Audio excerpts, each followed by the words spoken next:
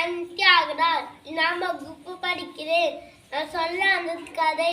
ஒருத்தர் பகலில் முடிச்சு நடந்து வந்துட்டு இருந்தாராம். ரொம்ப சோர்வா இருந்தாரா. எங்க எச்சிமத்தெல்லாம் போலாம் தூங்கலான்னு பார்த்தாரா.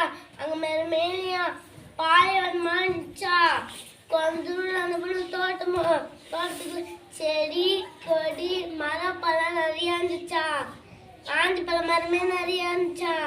ஆஞ்சி பழம் கீழே சாப்பிட்டையும் பார்த்துறோம். ஊசிருக்கு கொடி போட்டு இருக்கு, ஊசிருக்கு காய் போட்டு பேச இருக்கு.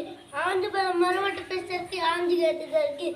ஏக்கு தப்பா படிச்சிருக்காங்க அப்படின்னு சொல்லிட்டு தூங்குறோம்.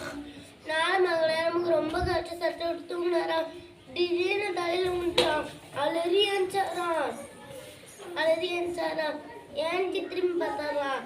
ஆஞ்சி பழமா நினைச்சு பார்த்தாராம். ஊசிக்கு வந்த என்ன ஆயிருக்கும். ஊசினிக்காருக்கு தரையில ஆஞ்சி பழத்துக்கு மேல இயற்கையின் ஒவ்வொரு படிப்புக்கும் அர்த்தம் உண்டு என்பதை அவர் புரிஞ்சுக்கிட்டார்.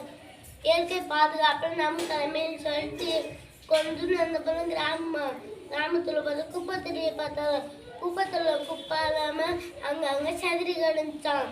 பெரிய வீட்டுல இருந்து குப்பை எடுத்து வந்து போட்டாராம். ஐயா ஏன் குப்பத்துல குப்பை இல்லாம அங்கங்க சதுரி கிடக்குது. அவங்களுக்கு சுற்றுச்சூழல் மேல அக்கறையே இல்லை. சுற்றுச்சூழல் பாதுகாக்க மாட்டாங்க. குப்பத்துல குப்பை கொட்டணும்னு தெரியும், செய்ய மாட்டாங்க. பிளாஸ்டிக் பயன்படுத்தக்கூடாதுன்னு தெரியும், பயன்படுத்துவாங்க. பிளாஸ்டிக் பொருள் என்ன ஐயா?